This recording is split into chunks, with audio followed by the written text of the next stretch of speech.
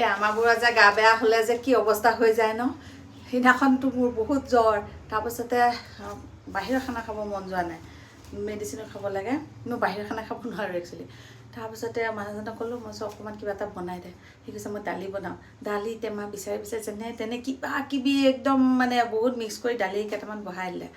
তাৰপিছতে আৰু তাৰপিছত মোক কৈছে তাৰপিছত কি কৰিম? মই কৈছোঁ তাৰপিছত চম্ভাৰ দিবি, আমি চম্ভাৰ দিয়া কওঁ, তেল দিয়াটো, তেল মৰাটো।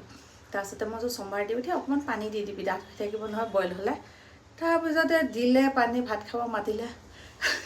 এই যে আঁঠু জুখি ইমান পানী দিব লাগে যে, সেনেকেই পানী দিছে মানে। দালি ক'ত সাঁতুৰি ফুৰিছে গমেই নাপায়, তাতে বিলাহী চিলাহী একেবাৰে মছলা দি একদম মানে ওপৰ ৰঙা মছলা কি দালি বা বনাল।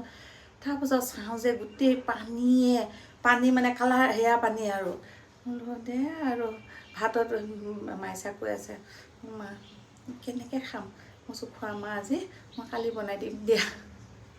এনেকুৱা অৱস্থা হয় গা বেয়া হ'লে। কিন্তু বনাই আছোঁ। আপোনালোকৰ হ'ল বনোৱা?